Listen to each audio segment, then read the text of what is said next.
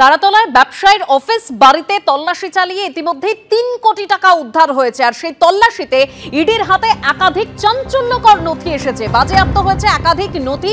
ED সূত্রে আর কি দাবি করা হচ্ছে জানবো আমাদের প্রতিনিধি প্রকাশ সিনহার কাছ থেকে। প্রকাশ, তুমি জানো ৩৬ ঘন্টা লাগাতার তল্লাশি চালানো হয় অফিসে এবং বাড়িতে, লেকটাউনের বাড়িতে, তারাতলার অফিসে।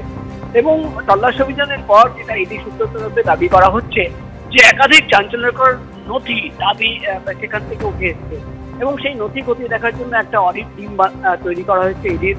এবং সেখানে যেটা ইডির আধিকারিকরা দাবি করছেন যে সেটা দেখে প্রাথমিকভাবে তারা মনে করছেন যে কালো টাকা সাদা করার জন্য এই কোম্পানি রেডিয়েন্ট এন্টারপ্রাইজ কোম্পানিকে ব্যবহার করা হয়েছিল এবং প্রচুর সন্দেহজনক ট্রানজ্যাকশনের তথ্য পাওয়া যাচ্ছে এই ডকুমেন্টে, অফিসিয়াল ডকুমেন্টে, যেখানে ব্যাংকিং ট্রানজ্যাকশন রয়েছে।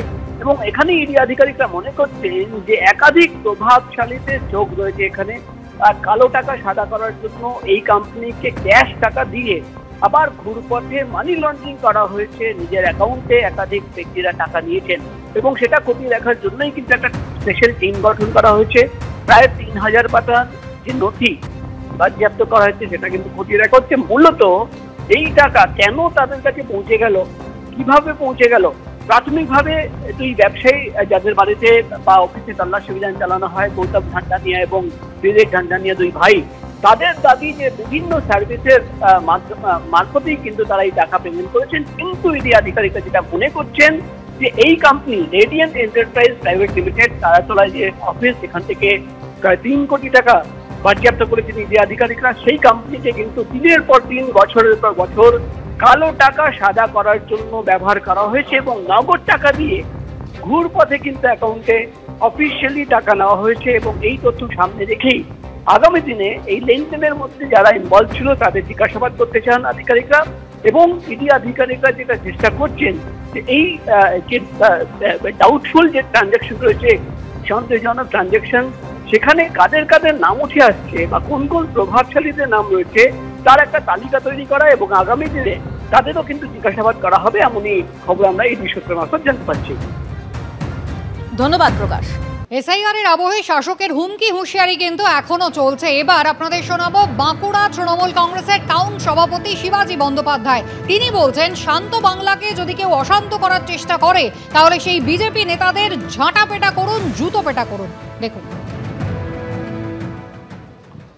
পৃথিবীর নাম ধাপ্পাবাজ দরজাকে 1 ইঞ্চি জায়গা এই পশ্চিমবাংলার মাটিতে এর বায়না দিবে না, এটা আমার দৃঢ় বিশ্বাস। এই বায়না বাড়ি থেকে বেরোবে আর ওই বিজেপিরা যারা এসআর করতে যাবে তাদেরকে বলবে যে এখানে দাঙ্গা লাগাতে আসবেন না, এখানে অশান্তি লাগাতে আসবেন না। এই শান্ত বাংলা, উন্নতির বাংলাকে যিনি নষ্ট করতে আসেন, যোগ্য জবাব ঝাঁটা এবং জুতা দিয়ে পিটাবেন আর গ্রাম থেকে বার করে দিবেন। দেখবো সুভাষ বাবুরা আমার যান আর ব্লক ওয়ানে যান। হারিয়ে তো ছিলাম ওই কত বড় একটা বীর নেতা হয়েছে, হারিয়েছিলাম, আবার হারাবো, ভয় পাওয়ার কিছু নেই। ছোট বড় নেতা, মাঝারি নেতাদের মাথাগুলো খারাপ হয়ে গেছে এই এসআইআর ইস্যু নিয়ে। তার কারণ এসআইআর তো আর ভারতীয় জনতা পার্টি করাচ্ছে না, এসআইআর করাচ্ছে নির্বাচন কমিশন।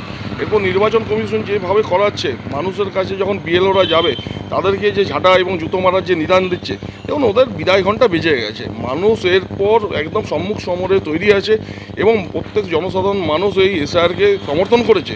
তারা প্রত্যেকেই বিএলওদের সুবিধার্থে কাজ করবে এবং তারা যোগ্য প্রমাণ দেবেন। এবং যারা যোগ্য প্রমাণ দিতে পারবেন না, এই তৃণমূলের নেতারা যেভাবে উস্কানি দিচ্ছেন, তৃণমূলের নেতারা যখন মানুষের দুয়ারে যাবে, সাধারণ মানুষ তাদেরকে ঝাঁটা জুতা দিয়ে সম্বর্ধনা জানাবে।